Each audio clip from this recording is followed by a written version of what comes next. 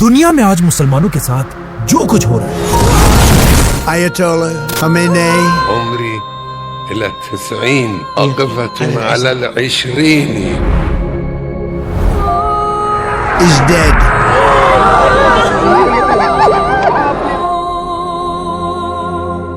इस सब के बारे में आज से 1400 साल पहले एक दिन आप सल्लल्लाहु अलैहि वसल्लम ने सहाबा से कहा,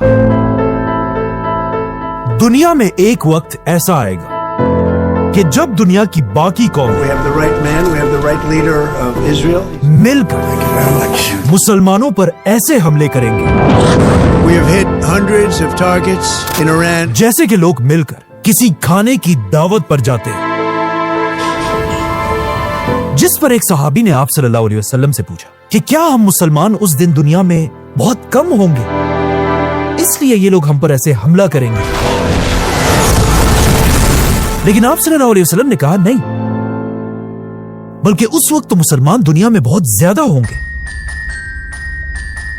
लेकिन तुम मुसलमानों की दुनिया में मिसाल ऐसी होगी जैसे किसी पानी पर गंद और झाग पड़ी हुई होती है।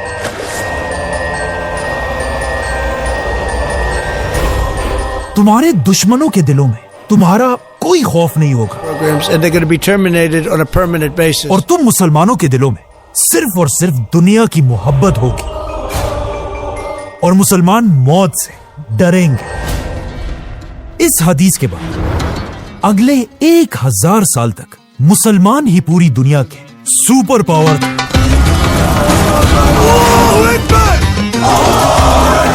और इन 1000 सालों के दौरान पूरी दुनिया की कौम मुसलमानों की ताकत और फौजों से कामती थी। और मुसलमान दुनिया के सुपर पावर इसलिए थे क्योंकि उस जमाने में दुनिया के सारे बड़े साइंटिस्ट मुसलमान ही थे। दुनिया की बेस्ट टेक्नोलॉजी मुसलमानों के पास थी और पूरी दुनिया मुसलमानों को ही फॉलो करती थी। इसीलिए इन 1000 सालों में हमेशा दुनिया में कोई ना कोई मुसलमान दुनिया का सबसे ताकतवर इंसान होता था। लेकिन आखिर 1000 साल बाद दुनिया में मुसलमानों की एक नई एम्पायर सामने आई और यही एम्पायर मुसलमानों की आखिरी सुपर पावर थी और इस एम्पायर का नाम था उस्मानिया खिलाफत। अब यहां तक तो सब ठीक था, लेकिन यहां पर जब उस्मानिया खिलाफत अपनी ताकत की पीक पर थी, आखिर उस्मानिया खिलाफत ने मुसलमानों की हिस्ट्री की सबसे बड़ी गलती की। उस्मानिया खिलाफत के दौर में अचानक यूरोप में एक नई टेक्नोलॉजी इजाद हुई जिसका नाम था the printing press. I did it. ये एक ऐसी मशीन थी जिससे किताबें तेजी से प्रिंट की जा सकती थी और आहिस्ता आहिस्ता ये मशीन पूरे यूरोप में फैल गई और इस मशीन ने यूरोप को हमेशा के लिए बदल दिया। मतलब जो आदमी इससे पहले कई दिनों में अपने हाथों से एक किताब लिखता था, अब वो आदमी उतने ही दिनों में 100 किताबें प्रिंट करने लगा। तो ऑफ कोर्स इसी मशीन की वजह से यूरोप के हर घर तक किताबें पहुंचने लगी। लेकिन जब यह मशीन उस जमाने की सुपर पावर उस्मानिया खिलाफत तक पहुंची, उस्मानिया खिलाफत के स्कॉलर्स और उलमा ने कहा कि यह टेक्नोलॉजी प्रिंटिंग प्रेस हराम है। तो अब मुसलमान उसी पुराने तरीके से किताबें आहिस्ता आहिस्ता लिखने लगे और इसके मुकाबले में यूरोप में तेजी से लाखों किताबें प्रिंट होने लगी। इस मशीन से पहले यूरोप में सिर्फ मर्द ही किताबें पढ़ सकते थे, लेकिन अब जब पहली बार यूरोप के हर घर तक किताबें पहुंचने लगी, पहली बार यूरोप की औरतें भी ये किताबें पढ़ने लगी और यहीं से यूरोप में एक बहुत बड़ा चेंज आया क्योंकि अब यूरोप की इन एजुकेटेड औरतों ने अपनी नई जनरेशन की तरबियत करना शुरू की। और जब इन पढ़ी लिखी माओं की वजह से यूरोप में एक नई जनरेशन सामने आई, इसी नई जनरेशन में दुनिया के सबसे बड़े साइंटिस्ट पैदा हुए जैसे कि गैलीलियो, आइजैक न्यूटन और एडिसन जैसे बड़े बड़े साइंटिस्ट। ये वो पॉइंट था جس سے پہلی بار پچھلے 1000 سال میں آہستہ آہستہ یورپ مسلمانوں سے آگے بڑھنے لگا. اور جب یورپ میں یہ سب کچھ ہو رہا تھا، یہاں مسلمان انہی شیعہ سنی بحثوں میں پڑے رہے جس طرح آج پڑے ہوئے ہیں. نکالو، یہ پھر بول رہے ہیں. اور یہاں سے رسول اللہ صلی اللہ علیہ وسلم کی حدیث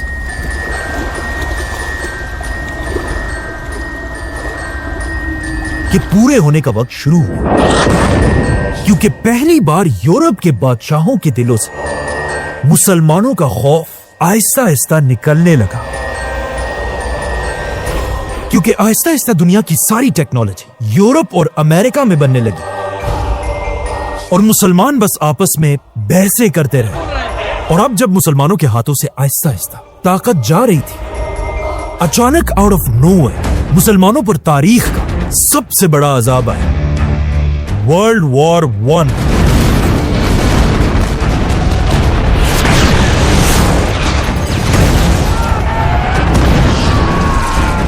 ورلڈ وار 1 کے بعد وہ مسلمان جو کسی زمانے میں دنیا کے سب سے بڑے سپر پاور تھے، اب اس جنگ کے بعد یورپ کے بادشاہوں نے مسلمانوں کی ایک ایک کنٹری کو کھلونوں کی طرح بانٹ دیا، Of the Dutch Committee for Palestine. آپس میں ایسے بانٹ دیا جیسے کسی دعوت پر کھانا بانٹا جاتا ہے. اور پھر ان سپر پاورز نے مل کر پہلی بار مسلمانوں کے فلسطین میں ایک نئی ریاست Has بنائی، made its decision on Palestine. اسرائیل.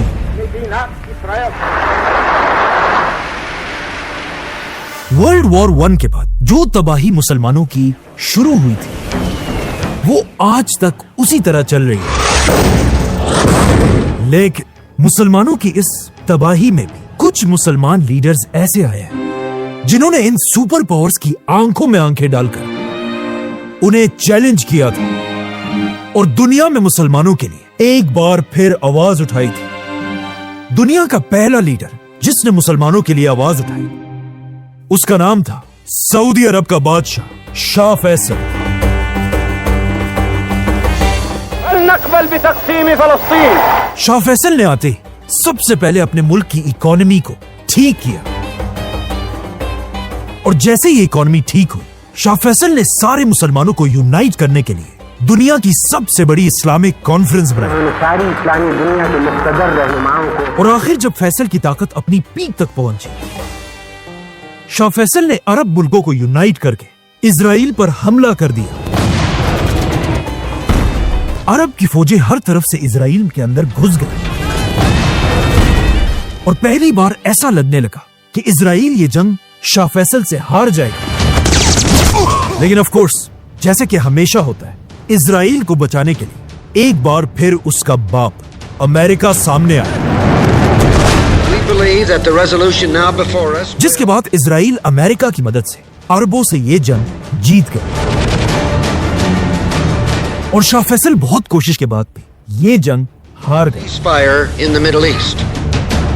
لیکن ہارنے کے بعد فیصل چپ نہیں بیٹھا، بلکہ اس نے امریکہ اور اسرائیل کے خلاف اپنا سب سے بڑا ویپن نکالا. شاہ فیصل نے اعلان کیا کہ آج کے بعد اسرائیل اور اس کے ہینڈلرز کو عرب کے تیل کا ایک قطرہ بھی نہیں بیچا جائے We God. have as an oil weapon شاہ فیصل کے اس ایک حکم سے پوری دنیا کی اکانومی تیزی سے گرنے لگی، One of the highest inflation rates in Europe. جس کا سب سے بڑا نقصان سپر پاور امریکہ کو ہوا. heading toward the most acute shortages of energy since World War II. تو اب جب شاہ فیصل اتنی آسانی سے اسرائیل اور امریکہ کو دھمکیاں دے رہا تھا، اچانک اس کے کچھ ہی عرصے بعد شاہ فیصل کے اپنے ہی بھتیجے نے دھوکہ دے کر انہیں گولی مار کر شہید کر دیا. شاہ فیصل کے مرنے سے پوری دنیا میں مسلمان ایسے ہی خفا تھے جس طرح آج آیت اللہ خامنائی کے جانے سے. اور ایک ٹی وی پر اینکر رو رو کر کہہ رہا تھا نعم أيها الفيصل کہ آج مسلمان دنیا کا باپ مر چکا ہے. قلوب أبناء الأمة العربية والإسلامية. شاہ فیصل کے بعد اب مسلمان دنیا میں ایسا کوئی بھی لیڈر نہیں تھا جو مسلمانوں کے لیے آواز اٹھائے. اور شاہ فیصل کے بعد ایسا لگ رہا تھا کہ کوئی بھی مسلمان لیڈر اب امریکہ کو دھمکی دینے کی کبھی بھی غلطی نہیں کرے گا. لیکن ایسا نہیں ہوا، کیونکہ جیسے یہاں سعودی میں شاہ فیصل کو مارا گیا، सऊदी अरब के पास ही एक मुल्क ईरान में एक नया लीडर तेजी से सामने आ रहा था। ईरान के लोग आहिस्ता आहिस्ता अपने बादशाह से नफरत करने लगे थे और सब इस आदमी को अपना नया लीडर मानने लगे थे और इस आदमी का नाम था आयतुल्लाह खुमैनी। खुमैनी अपने लोगों को समझाया करता था कि इस्लाम सिर्फ मस्जिदों और घरों में बैठकर इबादत करने का नाम नहीं है, बल्कि इस्लाम का मतलब यह भी है कि मुसलमान अपने जमाने के सुपर पावर के तख्तों को तोड़ डालें। इसीलिए शाह फैसल के जाने के सिर्फ 4 साल बाद खुमैनी ने ईरान के बादशाह को भगाकर पूरे ईरान को अपने कंट्रोल में लिया। और खुमैनी इतना बड़ा लीडर था कि जब उसका जहाज ईरान में लैंड हुआ, खुमैनी को वेलकम करने के लिए 70 लाख लोग खड़े थे। खुमैनी मुसलमान दुनिया का वो अकेला लीडर था जिसे कोई भी सुपर पावर कंट्रोल नहीं कर सकती थी। और खुमैनी खुद भी बार बार अमेरिका की आंखों में आंखें डालकर उन्हें धमकियां दिया करता था। इसीलिए पहले दिन से अमेरिका और इजराइल किसी तरह खुमैनी से अपनी जान छुड़ाना चाहते थे और आखिर उन्हें इसका रास्ता मिल गया।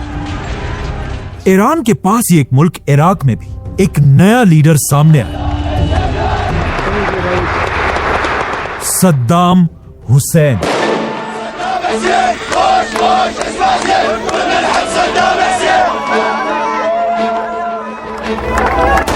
सद्दाम हुसैन ने आते अमेरिका और इजराइल के कहने पर ईरान के खुमैनी पर हमला कर दिया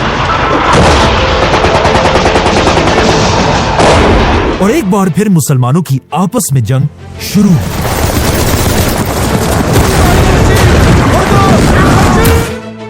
सद्दाम हुसैन का हमला इतना बड़ा था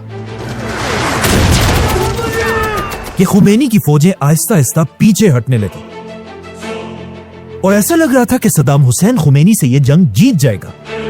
यहां तक कि सद्दाम हुसैन ने खुमैनी को टीवी पर आकर दज्जाल भी कहा। अब जब सद्दाम और खुमैनी की ये जंग चल रही थी, अचानक ईरान में सद्दाम हुसैन को सपोर्ट करने वाले एक ग्रुप ने ईरान के प्रेसिडेंट पर हमला किया, जिससे ईरान का प्रेसिडेंट मर गया। इस हमले में खुमैनी का एक और भी स्टूडेंट बुरी तरह जख्मी हुआ था और उसका हाथ इस हमले से हमेशा के लिए पैरालाइज हो चुका था। इस स्टूडेंट का नाम था अली खामेनाई। तो अब जब ईरान का कोई भी प्रेसिडेंट नहीं था, इसीलिए जंग के दरमियान ही दोबारा प्रेसिडेंट के इलेक्शंस कराए गए और ये इलेक्शंस खुमैनी का यही स्टूडेंट अली खामेनाई जीत गए और पूरे ईरान का प्रेसिडेंट बन गए। باید خون گریست در جامعه اسلامی. अली खामेनाई के प्रेसिडेंट बनते जब उनसे एक इंटरव्यू लिया गया और उसमें पूछा गया कि आपका दुनिया में सबसे बड़ा दुश्मन कौन है। Who is your worst enemy, Mr. President? इस वक्त ईरान एक मुसलमान मुल्क इराक से जंग में था, लेकिन इराक के साथ जंग में होने के बावजूद भी खामेनाई ने इराक का नाम नहीं लिया, बल्कि कहा हमारा सबसे बड़ा दुश्मन है अमेरिका। तो अब खुमैनी और खामेनाई मिलकर इराक के सद्दाम हुसैन के साथ लड़ने लगे और आखिर 8 साल की जंग के बाद सद्दाम हुसैन और अमेरिका खुमैनी को नहीं हरा सके और आखिर ये जंग खत्म हो गई। लेकिन इस जंग के सिर्फ 1 साल बाद ईरान के सुप्रीम लीडर आयतुल्लाह खुमैनी इस दुनिया से चले गए और खुमैनी का जनाजा इतना बड़ा था कि इस जनाजे में 1 करोड़ लोग शामिल थे, जो दुनिया का सबसे बड़ा रिकॉर्ड था। खुमैनी के जाने के बाद अब पूरे ईरान में एक कंफ्यूजन थी कि ईरान का नया सुप्रीम लीडर अब कौन होगा। इसीलिए ईरान के सबसे बड़े स्कॉलर्स की एक बहुत बड़ी मीटिंग हुई और सब ने मिलकर खुमैनी के स्टूडेंट अली खामेनाई को ईरान का नया सुप्रीम लीडर बनाया। باید خون گریست در جامعه اسلامی. जैसे ही खामेनाई ईरान का सुप्रीम लीडर बना, 2/3 بسیار خوب. खामेनाई के सामने उसकी जिंदगी के 2 सबसे बड़े मसले आए। पहला मसला यह था, अमेरिका ने बहाने बनाकर ईरान के पास सारे Muslim countries Qatar, UAE, Saudi, Iraq सब में अपने बड़े बड़े मिलिट्री बेसिस बनाए और इन मुसलमान कंट्रीज ने आराम से अमेरिका को अपने कंट्रीज के अंदर आने की इजाजत दी। तो अब अमेरिका के इन बेसिस ने ईरान को हर तरफ से घेर लिया। ये तो था खामेनाई का एक बड़ा मसला, लेकिन दूसरा मसला ये था कि जब खामेनाई सुप्रीम लीडर बना, उसके कुछ ही अरसे बाद ईरान से बहुत दूर इजराइल का भी एक नया लीडर तेजी से सामने आ रहा था और इजराइल का ये लीडर आगे जाकर खामेनाई की जिंदगी का सबसे बड़ा दुश्मन बना और इस लीडर का नाम था Benjamin Netanyahu. America and Israel must stand together. जैसे ही नेतन्याहू इजराइल का प्राइम मिनिस्टर बना, वो पहले ही दिन से अपनी हर स्पीच में कहा करता था कि दुनिया में 2 मुसलमान लीडर्स ऐसे हैं जिन पर पूरी दुनिया को मिलकर हमला करना चाहिए। इराक का Saddam Hussain. If you take out Saddam's regime, I guarantee that it will have enormous positive reverberations on the region. और ईरान का supreme leader Ayatollah Khamenei. And to stop atomic bomb scientists, well, they're gone too. अब Netanyahu तो पहले ही दिन से किसी तरह Iraq और ईरान पर हमला करना चाहता था, जिसके लिए उसे सुपर पावर अमेरिका की मदद की जरूरत थी। तो अब नेतन्याहू दुनिया में एक ऐसे बहाने का इंतजार कर रहा था जिससे वो किसी तरह अमेरिका के साथ इन दोनों मुल्कों पर हमला करे। और आखिर अचानक एक दिन ऐसा ही हुआ। आज से 25 साल पहले अमेरिका के वर्ल्ड ट्रेड सेंटर्स पर हमला हुआ, Very freedom came under attack. जिसमें हजारों अमेरिकन मारे गए और अमेरिका का बच्चा बच्चा इस हमले का बदला लेने के लिए तैयार था। तो अब इस हमले के बाद पूरी दुनिया को यह बात क्लियर हो चुकी कि अमेरिका अब एक जख्मी शेर की तरह दुनिया में किसी पर भी कभी भी हमला कर सकता है। And we responded with the best of America. तो सबसे पहले अमेरिका ने अफगानिस्तान पर हमला किया। The United States military has begun strikes in Afghanistan. लेकिन जब अमेरिका अफगानिस्तान में बिजी था, इजराइल का नेतन्याहू बार बार अमेरिका पर प्रेशर डाल रहा था कि वो अफगानिस्तान के साथ साथ इराक के सद्दाम हुसैन पर भी हमला करे। The nuclear threat from Iraq, I think the choice of Iraq is a good choice. It's the right choice. और इराक पर इस हमले के लिए उसने पूरी दुनिया के सामने बड़े बड़े झूठ बोले Nuclear threat from Iraq. कि सद्दाम हुसैन एटम बॉम्ब बनाने वाला है। Producing weapons of mass destruction. और आखिर उसने झूठ बोल बोलकर पूरी दुनिया को कन्विंस कर Those militias in Iraq, और अमेरिका ने अपनी पूरी ताकत के साथ सद्दाम हुसैन पर हमला कर दिया। अमेरिका ने इराक पर हमला करके सद्दाम हुसैन, उसके बेटों और लाखों इराकियों को मार डाला और पूरे इराक पर कब्जा कर लिया। लेकिन इसके बाद पूरी दुनिया ने देखा कि इराक के पास असल में कोई एटम बॉम्ब था ही नहीं, बल्कि यह हमला अमेरिका और नेतन्याहू ने झूठ बोलकर किया। The United States must destroy the same regime. और आगे जाकर उन्होंने ये बात खुद भी मानी कि उन्होंने इराक में लाखों लोगों को बगैर किसी वजह के शहीद किया था। The war in Iraq was a big fat mistake. George Bush made a mistake. लेकिन पूरे इराक को तबाह करने के बाद भी नेतन्याहू को थोड़ी सी शर्म भी नहीं आई और वो रुका नहीं, बल्कि एटम बम का दोबारा सेम झूठ अब वो ईरान के बारे में भी बोलने Iran लगा could produce a nuclear weapon in a very short time. और एक बार फिर अमेरिका पर प्रेशर डालने लगा कि अब वो इराक के बाद ईरान पर भी हमला करे। Encapsulated in one word, Iran. लेकिन नेतन्याहू की इन चालाकियों को देखकर ईरान के सुप्रीम लीडर खामेनाई ने एक ऐसा काम किया जिसने नेतन्याहू के सारे ख्वाब तोड़ कर रख दिए। अचानक ईरान के सुप्रीम लीडर ने ऐलान किया कि ईरान कभी भी एटम बॉम्ब नहीं बनाएगा, क्योंकि इस्लाम में एटम बम बनाना ही हराम है। ममनू है, हराम है। तो अब इजराइल अपना सर पकड़कर बैठा हुआ था कि वो कौन से नए बहाने से ईरान पर हमला करे। लेकिन इराक के झूठ के बाद अब कोई भी उनकी बात मानने को तैयार नहीं था और इस तरह आयतुल्लाह खामेनाई ने अपने मुल्क ईरान को बचा लिया। लेकिन इसके कुछ साल बाद जब एक बार फिर नेतन्याहू इजराइल का प्राइम मिनिस्टर बना, एक बार फिर वो दोबारा ईरान पर एटम बॉम्ब का झूठा इल्जाम लगाने लगा Iran was rapidly developing a massive nuclear weapons program. और हर साल कहने लगा कि सिर्फ कुछ महीनों में ईरान एटम बम बनाने वाला है। In a very short और time. पिछले 25 साल से बार बार नेतन्याहू अमेरिका पर प्रेशर डालता रहा Iran must be stopped. कि बिल्कुल इराक के सद्दाम हुसैन की तरह If you take out Saddam, America इस बार ईरान पर भी हमला करे। Iran has not given up its nuclear ambition. लेकिन पिछले 25 साल से अमेरिका ने इराक में की गई गलती को George Bush made a mistake. दोबारा नहीं दोहराया। और अमेरिका में एक शख्स ऐसा था जो हमेशा ईरान पर हमला करने के सख्त खिलाफ था, Donald Trump. I will not allow it. It's not going to happen. Not allowing Israel. Trump हमेशा से कहता था कि हमें ईरान पर हमला नहीं बल्कि उनसे डील करनी चाहिए। Well, I'd love to avoid the conflict. लेकिन जब भी अमेरिका और ईरान किसी भी डील के लिए आपस में मीटिंग करते थे, negotiate a peaceful resolution. Israel हमेशा इस मीटिंग को खराब करने की कोशिश करता रहता था। Iran has not given up. आखिर जब आज से कुछ साल पहले ट्रंप अमेरिका का नया प्रेसिडेंट बना, नेतन्याहू अब ट्रंप पर भी ईरान पर हमले के लिए प्रेशर डालने लगे। Iran must be stopped. लेकिन ट्रंप ईरान पर हमला करने के लिए तैयार नहीं था।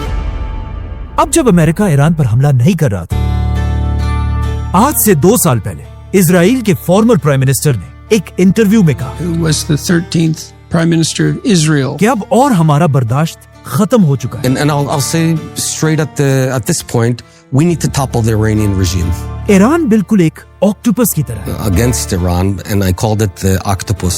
जिसका सर खुद ईरान है और उसके हाथ इजराइल के हर तरफ फैले हुए हैं। With its arms all across the Middle East. पिछले 25 साल से हम इस ऑक्टोपस के एक एक हाथ से अलग अलग लड़ रहे हैं, Fighting those fingertips of the octopus. लेकिन अब हम और इन हाथों से नहीं बल्कि सीधा ऑक्टोपस के सर पर वार करेंगे। The goddamn head of the octopus. और इस ऑक्टोपस का सर है ईरान का supreme leader Ayatollah Khamenei. Topple the goddamn head of the octopus. मतलब आज से 2 साल पहले इजराइल ने अपनी पूरी ताकत के साथ अमेरिका पर प्रेशर डालना शुरू कर If दिया I had to say what is our greatest challenge in the Middle East, one word, Iran. कि वो अपनी पूरी ताकत के साथ ईरान पर हमला कर। लेकिन ट्रंप का तब भी वही पुराना स्टांस था। यहां तक कि कहा जाता है नेतन्याहू के प्रेशर से तंग आकर एक दिन डोनाल्ड ट्रंप ने अपने सोशल मीडिया पर नेतन्याहू के खिलाफ एक पोस्ट भी शेयर की। The president-elect shared a video criticizing Israeli Prime Minister Benjamin Netanyahu. He's a deep, dark son of a bitch. कि नेतन्याहू अमेरिका को ईरान से जंग के लिए मजबूर कर रहा है। इस पोस्ट के बाद ट्रंप ने इजराइल के खिलाफ ये भी कहा, But I'm not allowing Israel to annex the West Bank. और जब इजराइल ने कतर पर हमला किया तब भी ट्रंप ने नेतन्याहू के खिलाफ ये कहा। I was very unhappy about it.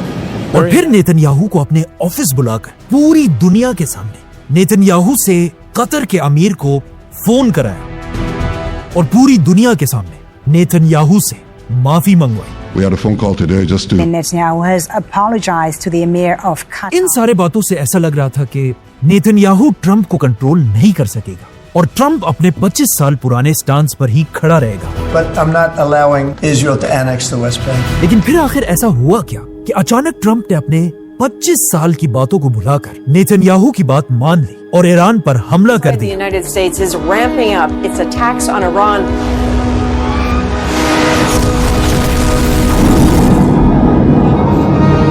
जब ट्रंप नेतन्याहू की बातों को मानने के लिए तैयार नहीं था, अचानक अमेरिका में एक बहुत बड़ा स्कैंडल सामने आया, The Epstein Files. Controversial Epstein Files. Releases of the Epstein Files. Documents from the Epstein Files. In files में दुनिया के बड़े बड़े लोग एक्सपोज हुए, जैसे कि बिल क्लिंटन, बिल गेट्स और डोनाल्ड ट्रंप, जिससे पूरे अमेरिका में सिर्फ एक ही डिबेट चल रही थी, जिनका ट्रंप के पास कोई जवाब नहीं था। You are the worst reporter. ये ट्रंप की जिंदगी का सबसे बड़ा स्कैंडल था। एप्स्टीन फाइल्स में लाखों सीक्रेट पेजेस रिलीज किए गए, लेकिन अब भी कहा जाता है इन सारे पेजेस में 53 पेजेस ऐसे हैं जिन्हें छुपाया गया है, और कहा जाता है यही वो फाइल्स हैं जिनमें ट्रंप के बारे में सबसे खतरनाक क्राइम्स लिखे हुए हैं, और कहा जाता है यही वो प्रेशर था जिसे ट्रंप बर्दाश्त नहीं कर सका। इसीलिए ट्रंप ने अपने 25 साल पुराने स्टांस को अचानक बदल दिया और इन फाइल्स के रिलीज होते ही नेतन्याहू को अमेरिका में एक बहुत बड़ी दावत पर बुलाया।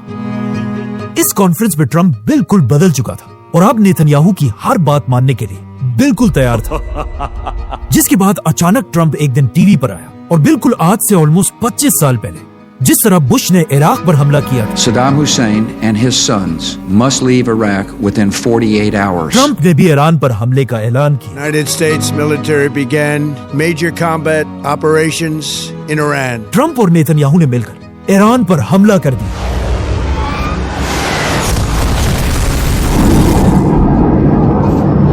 और पहले ही दिन ईरान के एक स्कूल में 160 बच्चियों को शहीद कर दिया। और जैसे ही जंग शुरू हुई,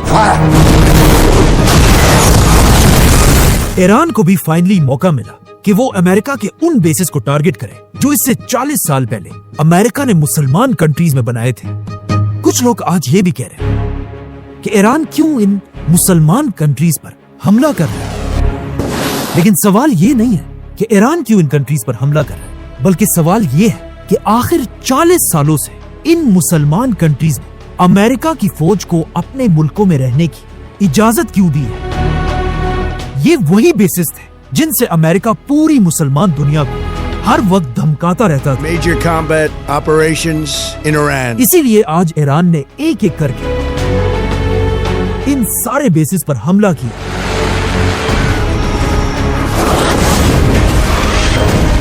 जैसे ये जंग शुरू हुई, इजराइल और अमेरिका का सबसे बड़ा टारगेट ईरान का सुप्रीम लीडर आयतुल्लाह खामेनेई था, और इस बात का ईरान की फौज को भी अच्छी तरह पता था। इसीलिए कहा जाता है खामेनेई को उसी के ऑफिस के नीचे एक बंकर में सेफ रखा गया था। लेकिन जंग के अगले ही दिन सुबह 6 बजे इजराइल के 200 फाइटर जेट्स तेजी से ईरान के कैपिटल की तरफ रवाना हुए।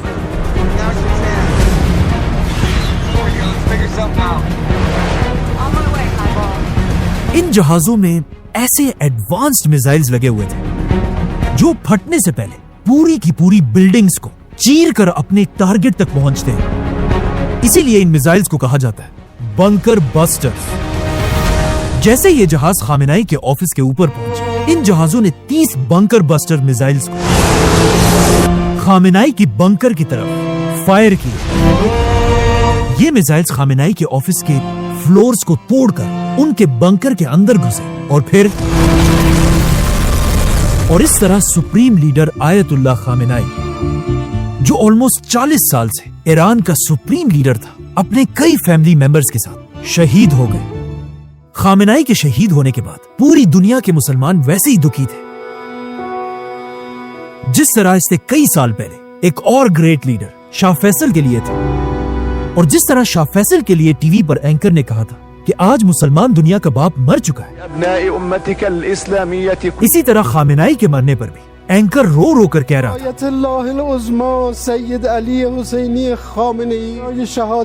आज दुनिया में 2 बिलियन मुसलमान हैं और इनके मुकाबले में छोटा सा इजराइल, जिसने मुसलमान दुनिया के सेंटर में घुसकर एक बार फिर मुसलमान लीडर को मार डाला। Ayatollah Khamenei is dead. और दुनिया के 2 बिलियन मुसलमान कुछ नहीं कर सके।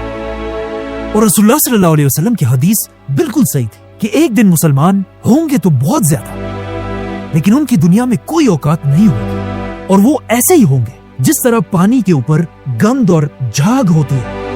और ये कहानी यहाँ खत्म नहीं होती, बल्कि Iraq, Final moments with Ladies and gentlemen, we got him. Libya,